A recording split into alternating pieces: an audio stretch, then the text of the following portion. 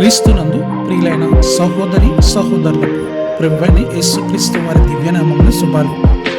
పరిశుద్ధ గ్రంథము ధ్యానాంశంలో 5వ భాగాన్ని ధ్యానిస్తూ ఉన్నాము. దేవుని వాక్యము ఆత్మీయ వృద్ధిని కలిగిస్తుంది.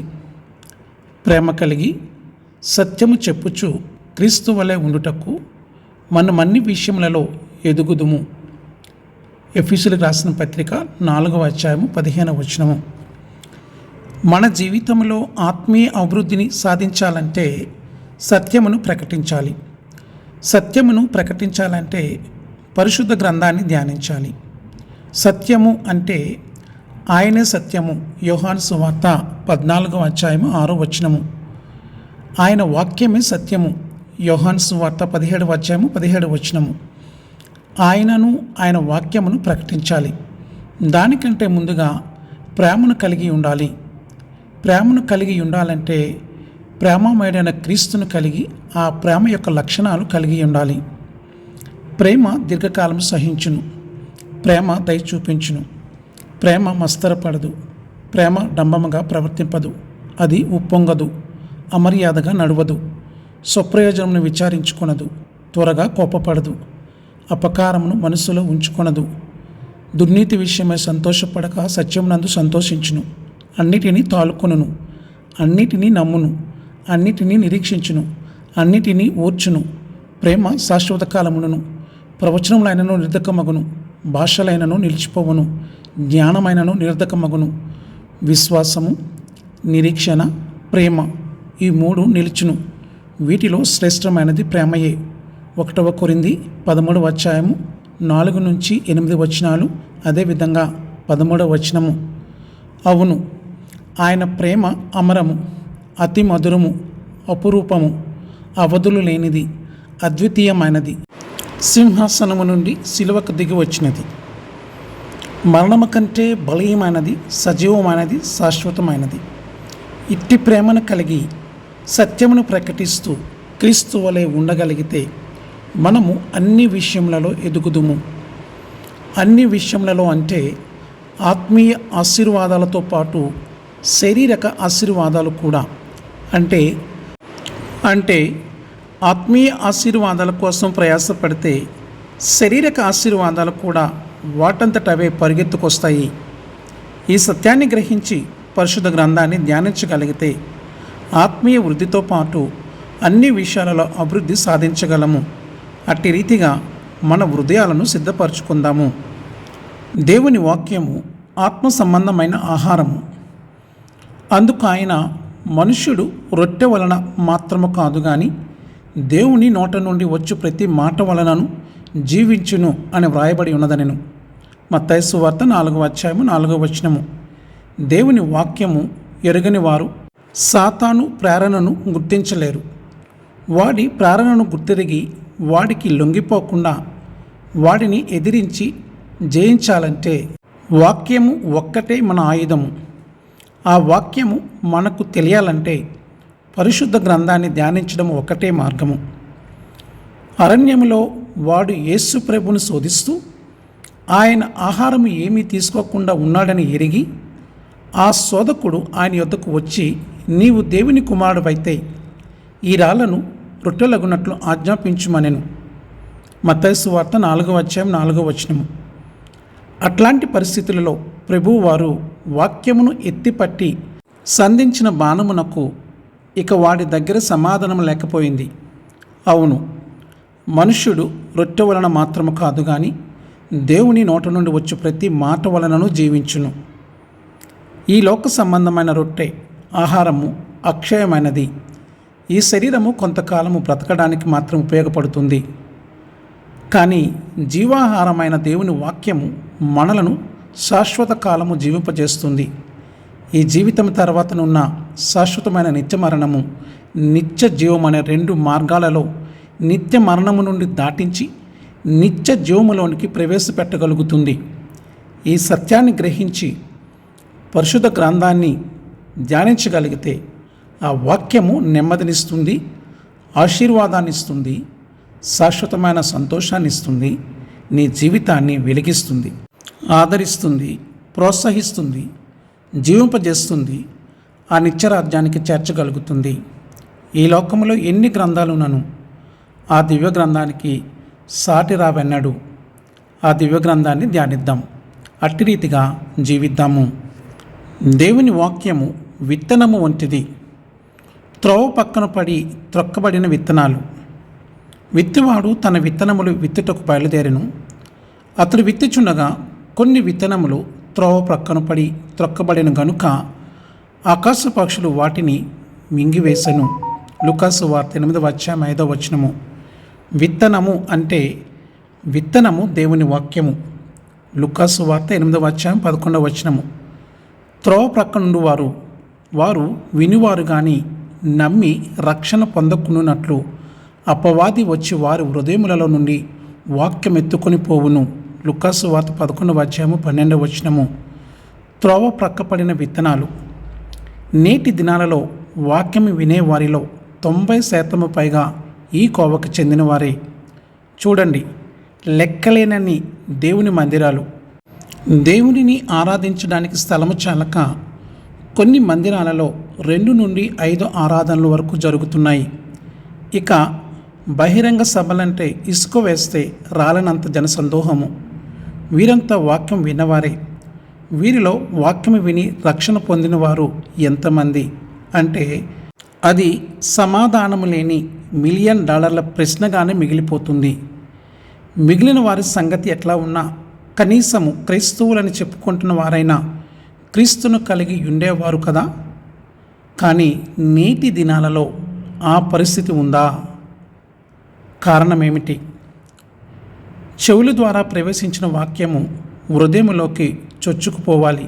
కానీ అట్లా జరగకుండా ఒక చెవితో విన్న వాక్యము మరొక చెవి ద్వారా బయటకు వెళ్ళిపోతుంది.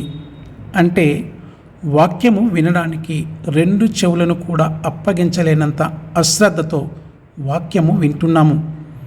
అనేక మంది దేవుని మందిరానికి వెళ్ళడమే భక్తి అనే తలంపుతో వస్తారు, కానీ వాక్యము విని జీవితాన్ని సరిచేసుకోవాలి తలంపు ఏ కోసాన వారిలో కనిపించదు.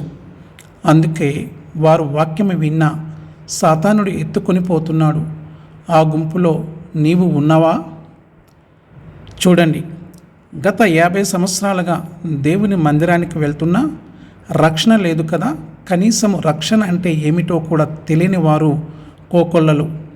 కారణము విత్తనములో లోపమా, విత్తే వాణిలో లోపమా? కొన్ని సందర్భాలలో విత్తే వాణిలో లోపమున్నా విత్తబడిన విత్తనం మాత్రము సజీవమైనది, బలమైనది. మరి లోపం ఎక్కడా? నీ హృదయము దున్నబడలేదు. ప్రార్థనతో నీ హృదయము దున్నబడితే ఆ విత్తనము నీ హృదయములో పడి తప్పక 100 ఫలిస్తుంది. సంవత్సరాలు మన జీవితాలు దొర్లిపోతున్నాయి. అట్లాంటి అనుభవం మన జీవితాల్లో లోపించిందేమో. సరిచేసుకుందాము, సాగిపోదాము ఆ నిత్యరాజ్యానికి చేరే వరకు. దేవుని వాక్యము విత్తనము వంటిది. రాతి నేలను పడిన విత్తనాలు. విత్తివాడు తన విత్తనములు విత్తుటకు బయలుదేరెను. అతడు విత్తుచుండగా కొన్ని రాతి నేలను పడి మొలచి చెమ్మలేనందున ఎండిపోయెను. లూకాసు వార్త 8:5-6 రాతి నేల నుండి వారెవరనగా వినినప్పుడు వాక్యమును సంతోషంగా అంగీకరించేవారు, కానీ వారికి వేరు లేనందున కొంచెము కాలము నమ్మి శోధన కాలమున తొలగిపోవుదురు. లూకాసు వార్త 8:13 వాక్యం అనే విత్తనము వారి హృదయములో పడి మొలకలేస్తుంది. కానీ అది రాతి హృదయము. వేరు లోనికి చొచ్చుకొని పోయే అవకాశం లేదు. తద్వారా నీరు అంటే పరిశుద్ధాత్మ అందక మొలకలు ఎండిపోతాయి. వాక్యము విత్తబడుతున్నప్పుడు వింటున్న కొందరి హృదయాలు పశ్చాత్తాపముతో కృంగిపోతాయి. కన్నీరు ఏరులై ప్రవహిస్తుంది. సంతోషంతో దేవుని వాక్యాన్ని అంగీకరిస్తారు. చిన్న శోధనలు వచ్చేసరికి ఆ మార్గము నుండి తొలగిపోతారు. కారణం ఏమిటి? హృదయాలు దున్నబడలేదు. ప్రార్థన ద్వారా మన హృదయాలు వాక్యమును అంగీకరించడానికి సిద్ధపరిచి ఉండాలి. వాక్యాన్ని వినడానికి ముందు ప్రభువా, ఈ దినము నీవు నాతో మాట్లాడు.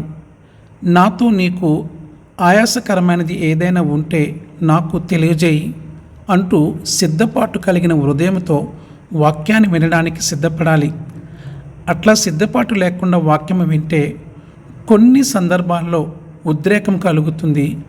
ఆ ఉద్రేకంతో ఏవో తీర్మానాలు తీసుకుంటాం. ఆ ఉద్రేకంలానే మనం తీసుకున్న తీర్మానాలు కూడా చల్లారిపోతాయి. ఉద్రేకం కాదు రావాల్సింది, ఉజ్జీవము. ఉజ్జీవం అయితే అది స్థిరంగా నిలిచి ఉంటుంది, విస్తారంగా ఫలిస్తుంది. చివరిగా ఒక్క మాట, విత్తనములో లోపము లేదు, అది బలమైనది, సజీవమైనది. మరి లోపం ఎక్కడ? నీ హృదయం అనే పొలములోనే. సరిచేసుకుందాం, సాగిపోదాం నిత్యరాజ్యాన్ని చేరే వరకు. దేవుని వాక్యము విత్తనము వంటిది. ముండ్ల పొదలలో పడిన విత్తనాలు. విత్తివాడు విత్తనములు విత్తుటకు బయలుదేరును. అతడు విత్తుచుండగా కొన్ని ముండ్ల పొదల నడుమ పడిను. ముండ్ల పొదలు వాటిలో మొలచి వాటిని అణిచివేశాను. లూకాసు వార్త 8వ అధ్యాయము 5-7 వచనాలు. ముండ్ల పొదలలో పడిన విత్తనమును పోలిన వారెవరనగా, విని కాలము గడిచిన కొలది ఈ జీవ సంబంధమైన విచారముల చేత ధనభోగముల చేతను అణిచివేయబడి పరిపక్వముగా ఫలంపని వారు. లూకాసు వార్త 8వ అధ్యాయము 14వ వచనము. ఈ విత్తనము పడిన స్థలము ఫలించడానికి అనుకూలమైనదే, కానీ చుట్టూ ముండ్ల పొదలున్నాయి. ఫలించాల్సిన మొక్క కంటే ఇవి మరింత ఏపుగా పెరిగి ఫలించాల్సిన మొక్కను అణిచివేస్తున్నాయి. ముండ్ల పొదలు దానిపైన వ్యాపించడం వలన సూర్యరశ్మి తగులక పరిపక్వతకు చేరుకోలేక మరగుజ్జుగానే ఉండిపోతూ నిష్ప్రయోజనమైన చెట్టుగానే మిగిలిపోతుంది. ముండ్ల పొదలు, గచ్చ పొదలు సృష్టి ఆరంభంలో ఉన్నట్లు కనిపించవు. అవి పాపం యొక్క ప్రతిఫలాలు.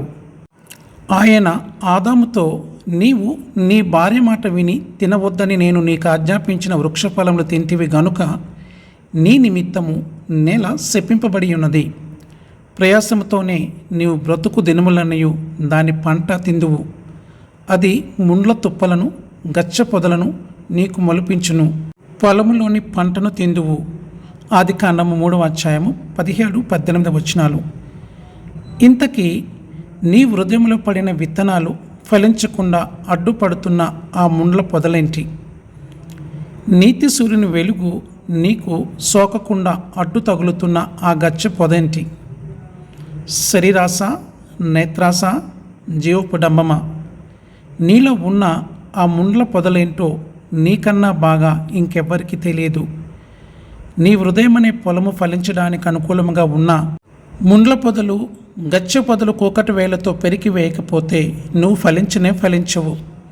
ఒకవేళ నీవు ఫలిస్తున్నాను అని భ్రమపడుతున్నా అవి కారు ద్రాక్షలే తప్ప ఆత్మ ఫలాలు కావు. చివరిగా ఒక్క మాట, విత్తనములో లోపం లేదు, అది శ్రేష్టమైనది, బలమైనది, సజీవమైనది. మరి లోపం ఎక్కడ? నీ హృదయం అనే ఫలములో.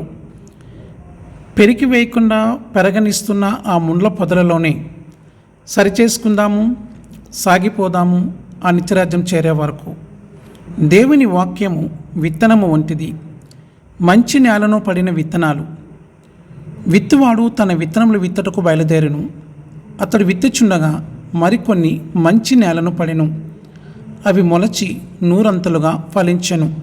లూకాసు వార్త 8వ అధ్యాయము 5వ వచనము, 8వ వచనము. మంచి నేల నుండి వారెవరనగా, యోగ్యమైన మంచి మనస్సుతో వాక్యము విని దానిని అవలంబించి ఓపికతో ఫలించువారు. లూకాసు వార్త 8వ అధ్యాయము 15వ వచనము. మంచి నేలను పడిన విత్తనాలు 100 ఫలిస్తూ ఉన్నాయి. కారణము, వీరు విని విడిచిపెట్టేవారు కాదు, వినిన వాటిని గాయకొనేవారు. చూడండి, ప్రకటన గ్రంథం 1వ అధ్యాయంలో వాక్యమును చదివేవారికి, వినేవారికి, గాయకున్న వారికి ధన్యతను ఆపాదిస్తే, చివరి అధ్యాయంలోకి వచ్చేసరికి కేవలము గాయకున్న వారికి మాత్రమే ఆ ధన్యత పరిమితం చేయబడింది. సమయము సమీపించినది గనుక ఈ ప్రవచన వాక్యమును చదువువాడును వాటిని విని ఇందులో వ్రాయబడిన సంగతులను గైకొను వారును ధన్యులు. ప్రకటన గ్రంథం 1:3. ఇదిగో నేను త్వరగా వచ్చుచున్నాను. ఈ గ్రంథంలోని ప్రవచన వాక్యములను గైకొనువాడు ధన్యుడు. ప్రకటన 22:7. మన జీవితాలు ఎట్లా ఉన్నాయి? కేవలము పరిశుద్ధ గ్రంథాన్ని చదివేవారంగాను వినేవారముగాను మాత్రమే ఉంటే ఫలాలు ఫలించలేము. వాక్యానుసారమైన జీవితాన్ని జీవించగలగాలి. అంజరుపు చెట్టు చూడడానికి విస్తారమైన ఆకులతో నిండి ఉంది, కానీ ఫలాలు లేక శపించబడింది. మనము కూడా క్రైస్తవులని చెప్పుకుంటూ క్రీస్తును కలిగిలేని జీవితాలు జీవిస్తున్నామేమో. ఆ అంజూరపు చెట్టుకు పట్టిన గతే మనకు పడుతుందేమో. వద్దు, సరిచేసుకుందాం, సాగిపోదాం ఆ నిత్యరాజ్యాన్ని చేరే వరకు. దేవుని మాటలు మనలను శక్తిమంతులుగా చేస్తుంది. కాబట్టి ఈ నా మాటలు విని వాటి చెప్పున చేయు ప్రతివాడును బండ మీద తన ఇల్లు కట్టుకొనిన బుద్ధిమంతును పోలియుండును. వాన కురిసెను, వరదలు వచ్చెను, గాలి విసిరి ఆ ఇంటి మీద కొట్టెను, గాని దాని పునాది బండ మీద వేయబడిన గనుక అది పడలేదు. మత్తయి సువార్త 7:24-25. దేవుని వాక్యము ఎప్పుడు మనలను శక్తిమంతులుగా చేయగలుగుతుంది. మొదటిగా దేవుని మాట వినాలి, అంటే వాక్యము వినాలి. రెండవదిగా వాటి ప్రకారము చేయాలి. ఎరికో గోడలు కూలాలంటే ఆ పట్టణము పట్టబడాలి అంటే దేవుడు చెబుతున్న మాటలు చూడండి. ఎరికో గోడలు అత్యంత బలమైనవి. అట్లాంటి గోడలు బూరలు ఊదితే, కేకలు వేస్తే అవి కూలిపోతాయట. ఇదేమైనా నమ్మశక్యముగా ఉందా? అప్పుడు యెహోషువతో ఇట్లా నేను చూడుము, నేను ఎరుకోను దాని రాజును పరాక్రమం గల శూరులను నీ చేతికి అప్పగించుచున్నాను. మీరందరూ యుద్ధ సన్నద్ధులై పట్టణమును ఆవరించి ఒక్కమారు దాని చుట్టూ తిరగవలెను. అలాగూ 6 దినములు చేయిచు రావలెను. 7 యాజకులు పొట్టేలు కొమ్ము బూరలను పట్టుకొని ముందుగా నడువవలెను.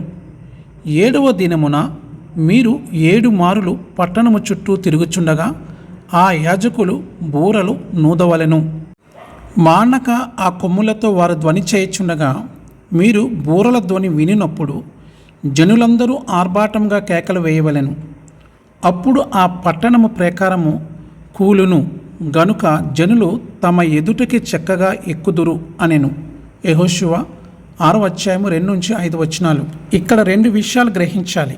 మొదటిగా వారు దేవుని మాట విన్నారు. రెండవదిగా వాటి చెప్పున చేశారు. అసాధ్యమే సుసాధ్యమైంది. ఎరికో గోడలు పేకమాడలా కూలిపోయాయి. మన జీవితంలో మనం ఎదుర్కొంటున్న సమస్యలు ఎరికో గోడలంతా బలమైనప్పటికీ ఆయన మాట విని వాటి చెప్పున చేయగలిగితే ప్రతి సమస్య మన ముందు మోకరిస్తుంది. ఇంతకీ ఆయన మనతో ఎట్లా మాట్లాడతాడు? పరిశుద్ధ గ్రంథాన్ని ధ్యానిస్తున్నప్పుడు ఆయన మనతో మాట్లాడతాడు. వాటి చెప్పున చేయి ప్రతివాడును బండ మీద తన ఇల్లు కట్టుకొనిన బుద్ధిమంతును పోలియుండును. వానలు, వరదలు అంటే శ్రమలు, శోధనలు వచ్చినా నీ ఇంటిని ఏమీ చేయలేవు. ఈ సత్యాన్ని గ్రహించి పరిశుద్ధ గ్రంథాన్ని ధ్యానించగలిగితే ఆ వాక్యము నెమ్మదినిస్తుంది, ఆశీర్వాదాన్ని ఇస్తుంది, శాశ్వతమైన సంతోషాన్ని ఇస్తుంది, జీవితాన్ని వెలిగిస్తుంది, ఆదరిస్తుంది, ప్రోత్సహిస్తుంది, జీవింపజేస్తుంది, ఆ నిత్య జీవానికి చేర్చగలుగుతుంది. దేవుని మాట సమృద్ధినిస్తుంది. నా ఉపదేశము వాన వలె కురీను, నా వాక్యము మంచు వలెను, లేత గట్టి మీద పడు చినుకు వలెను, పచ్చిక మీద కురియు వర్షము వలెను ఉండును. ద్వితీయోపదేశకాండము 32:2. దేవుడు ఏ ఉద్దేశముతో మంచును వర్షమును కురిపిస్తున్నాడో అవి దేవుని ఉద్దేశమును చక్కగా నెరవేర్చుతున్నాయి. వర్షము, మంచు ఆకాశము నుండి వచ్చి భూమిని తడుపుతాయి. దాని నుండి మొక్కలు మొలిపించేలా చేసి చల్లడానికి విత్తనాలను, తినడానికి ఆహారాన్ని ఇస్తాయి. అలా చేస్తేనే తప్ప ఆకాశానికి తిరిగిపోవు. అట్లనే దేవుని వాక్కులు ఆయన నోటి నుండి, ఆయన ప్రవక్తల నోటి నుండి వచ్చి అక్కడ నుండి లోకములో దేవుని సంకల్పాలను నెరవేర్చడానికి బయలుదేరాయి. అవి నిష్ఫలముగా దేవుని దగ్గరకు తిరిగి చేరవు. దేవుని యొక్క సంకల్పాన్ని తప్పక సాధిస్తాయి. వర్షమును హిమమును ఆకాశం నుండి వచ్చి అక్కడికి ఎలాగూ మరలక భూమిని తడిపి విత్తువానికి విత్తనమును భుజించువానికి ఆహారమును కలుగుటకై అది చిగిర్చి వర్ధిల్లినట్టు చేయును, అలాగే నా నోటి నుండి వచ్చు వచనములు ఉండును. యెషయా గ్రంథము 55వ అధ్యాయము 10వ వచనము. దేవుడు ఒక మాట చెప్పాడంటే అది తప్పక జరిగి తీరుతుంది. అందుకే జరగవలసిన కొన్ని విషయాలు కూడా జరిగిపోయినట్లు పరిశుద్ధ గ్రంథంలో వ్రాయబడ్డాయి అంటే దేవుని మాటలు అంత ఖాయమన్నమాట. అయితే దేవుడు ఏమి చెప్పాడో మనకు తెలియాలంటే పరిశుద్ధ గ్రంథాన్ని ధ్యానించడం ఒకటే మార్గము. ఈ సత్యాన్ని గ్రహించి పరిశుద్ధ గ్రంథాన్ని ధ్యానించగలిగితే ఆ వాక్యము నెమ్మదినిస్తుంది, ఆశీర్వాదాన్ని ఇస్తుంది, శాశ్వతమైన సంతోషాన్ని ఇస్తుంది. నీ జీవితాన్ని వెలిగిస్తుంది, ఆదరిస్తుంది, ప్రోత్సహిస్తుంది, జీవింపజేస్తుంది, ఆ నిత్యరాజ్యానికి చేర్చగలుగుతుంది. దేవుని వాక్యము హృదయం యొక్క తలంపులను ఆలోచనలను శోధించును. ఎందుకనగా దేవుని వాక్యము సజీవమై బలము గలదై రెండంచులు గల ఎటువంటి ఖడ్గము కంటెను వాడిగా ఉండి ప్రాణాత్మలను కీళ్లను మూలుగను విభజించినట్టు మట్టుగా దూరుచు హృదయం యొక్క తలంపులను ఆలోచనలను శోధించుచున్నది. హెబ్రీ పత్రిక 4వ అధ్యాయము 12వ వచనము. దేవుని వాక్యము సజీవమైనది. ఏలనగా సర్వశరీరులు గడ్డిని పోలినవారు, వారి అందమంతయు గడ్డి పువ్వు వలె ఉన్నది. గడ్డి ఎండును, దాని పువ్వును రాలును, అయితే ప్రభువు వాక్యము ఎల్లప్పుడూ నిలుచును. 1 పేతురు 1వ అధ్యాయము 23-24 వచనాలు. దేవుని వాక్యము రెండంచుల వాడిగల ఖడ్గము కాదు, రెండంచులు గల ఎటువంటి ఖడ్గము కంటెను వాడిగలది. అది ప్రాణమును ఆత్మను కీళ్లను మూలుగులను సైతము విభజించున్నంత మట్టుకు దూరగల సమర్థత గలది. ఒక మనిషి హృదయములనున్న తలంపులు ఆలోచనలను గ్రహించగల సామర్థ్యము మరొక మనిషికి లేదు. కానీ దేవుని వాక్యము హృదయం యొక్క తలంపులను ఆలోచనలను శోధించును. అయితే మన హృదయంలో గూడు కట్టుకొని ఉన్న పాపపు తలంపులే క్రియారూపము దాలుస్తాయి. కాబట్టి వాక్యము ద్వారా అవి సరిచేయబడాలి. పరిశుద్ధ గ్రంథాన్ని ధ్యానించడం ద్వారా మన హృదయాలు సరిచేయబడాలి. ఈ సత్యాన్ని గ్రహించి పరిశుద్ధ గ్రంథాన్ని ధ్యానించాలి. పరిశుద్ధ గ్రంథము హృదయాన్ని సరిచేసుకునే అద్దము. ఎవడైనను వాక్యమును వినివాడై ఉండి దాని ప్రకారము ప్రవర్తించిన వాడైతే వాడు అద్దములో తన సహజ ముఖమును చూచుకొని మనుషులను పోలి ఉన్నాడు.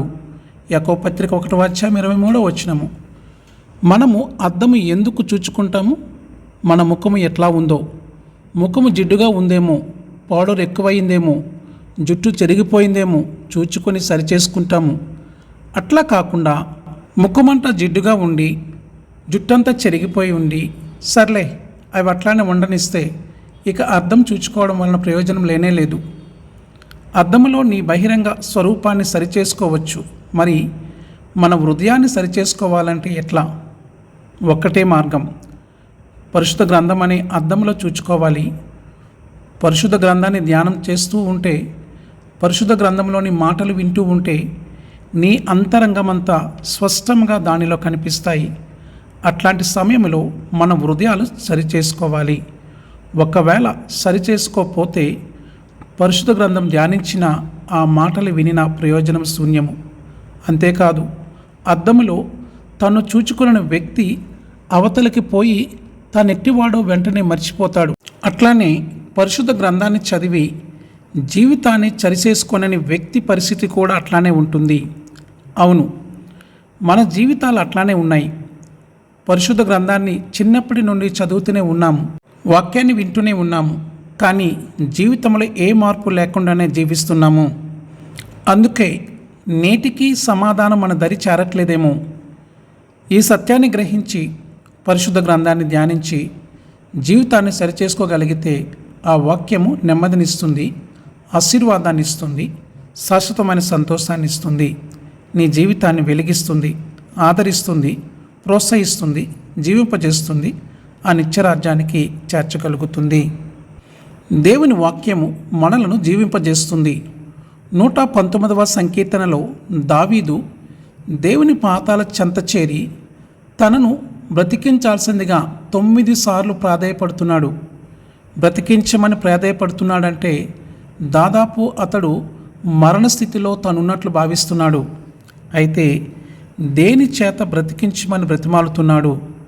వాక్యము చేత. నా ప్రాణము మంటిని హత్తుకొనిచున్నది, నీ వాక్యము చేత నన్ను బ్రతికింపుము. 119వ కీర్తన 25వ వచనము.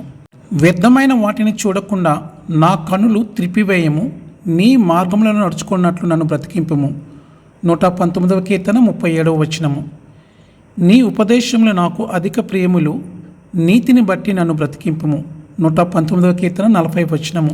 నీవు నియమించిన శాసనము నేను అనుసరించినట్లు నీ కృపచేత నన్ను బ్రతికింపుము. 119వ కీర్తన 88వ వచనము. యెహోవా, నేను మిక్కిలి శ్రమపడుచున్నాను, నీ మాట చెప్పున నన్ను బ్రతికింపుము. 119వ కీర్తన 107వ వచనము. నీ కృపను బట్టి నా మొర్ర ఆలకింపుము యెహోవా, నీ వాక్యమును బట్టి నన్ను బ్రతికింపుము. 119వ కీర్తన 149వ వచనము. నా పక్షమున వాద్యమాడి నన్ను విమోచింపుము, నీవిచ్చిన మాట చెప్పున నన్ను బ్రతికింపుము. 119వ కీర్తన 154వ వచనము. యెహోవా, నీ కనికరములు మితిలేనివి, నీ న్యాయ విధిని బట్టి నన్ను బ్రతికింపుము. కీర్తన 119, 156 వచనము. యెహోవా, చిత్తగించుము, నీ ఉపదేశములు నాకెంతో ప్రీతికరములు, నీ కృప చెప్పున నన్ను బ్రతికింపుము. 119వ కీర్తన 159వ వచనము. అవును, ఆయన మాటలు మనలను బ్రతికిస్తాయి. శారీరకంగా ఆరోగ్యవంతముగానే నున్నా ఆత్మీయంగా మరణానికి దగ్గరలో ఉన్నామేమో. ఒక్కసారి మనలను మనమే పరిశీలన చేసుకోవాలి.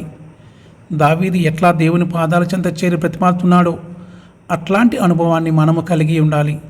ఈ సత్యాన్ని గ్రహించి పరిశుద్ధ గ్రంథాన్ని ధ్యానించాలి. దేవుని వాక్యము స్థిరమైనది. యెహోవా, నీ వాక్యము ఆకాశమందు నిత్యము నిలకడగా ఉన్నది. 119వ కీర్తన 89వ వచనము. దేవుని వాక్యము పరలోకంలో స్థిరంగా శాశ్వతంగా ఉంది. కాబట్టి భూమి మీద జరిగేదేది దానిని పడగొట్టడం అసాధ్యము. బైబిల్ కనుమరుగైపోతుందని ప్రకటించిన వారందరూ కనుమరుగై కాలగర్భంలో కలిసిపోయారు. కానీ దేవుని వాక్యము నేటికి స్థిరంగా ఉండగలిగింది. రాబోయే కాలంలో కూడా అట్లానే ఉంటుంది. దేవుని వాక్యము శాశ్వతంగా స్థాపించబడి ఉన్నది. ఆయన చేతి కార్యములు సత్యమైనవి, న్యాయమైనవి. ఆయన శాసనములన్నీ నమ్మకమైనవి. అవి శాశ్వతముగా స్థాపించబడి ఉన్నవి. సత్యముతోనూ యథార్థతోనూ అవి చేయబడి ఉన్నవి. 111వ కీర్తన 7, 8 వచనాలు. భూమి ఆకాశములు గతించిపోయిన దేవుని వాక్యము స్థిరమైనది. ఆకాశమును భూమియు గతించిపోయిననే గాని ధర్మశాస్త్రమంతు నెరవేరు వరకు దాని నుండి ఒక పుల్లైనను ఒక సున్నాయినను తప్పిపోదని నిశ్చయముగా మీతో చెప్పుచున్నాను. మత్తయి సువార్త 5వ అధ్యాయము 18వ వచనము. మనకు ప్రకటించబడిన సువార్త నిత్యము నిలిచే దేవుని వాక్యమే. గడ్డి ఎండును, దాని పువ్వును రాలును, అయితే ప్రభు వాక్యము ఎల్లప్పుడూ నిలుచును. మీకు ప్రకటించబడిన సువార్త ఈ వాక్యమే. 1 పేతురు 1వ అధ్యాయము 24, 25 వచనాలు. అస్థిరమైన నీ జీవితము సుస్థిరము కావాలంటే పరిశుద్ధ గ్రంథాన్ని ధ్యానించి అనుసరించగలగాలి. ఈ సత్యాన్ని గ్రహించి పరిశుద్ధ గ్రంథాన్ని ధ్యానించి జీవితాన్ని సరిచేసుకోగలిగితే ఆ వాక్యము నెమ్మదినిస్తుంది, ఆశీర్వాదాన్ని ఇస్తుంది, శాశ్వతమైన సంతోషాన్ని ఇస్తుంది. నీ జీవితాన్ని వెలిగిస్తుంది, ఆదరిస్తుంది, ప్రోత్సహిస్తుంది, జీవింపజేస్తుంది, ఆ నిత్యరాజ్యానికి చేర్చగలుగుతుంది. ఆ దివ్య గ్రంథాన్ని ధ్యానిద్దాం, అట్టి రీతిగా జీవిద్దాం. అట్టి కృప, ధన్యత దేవుడు మనకు అనుగ్రహించునుగాక. ఆమెన్.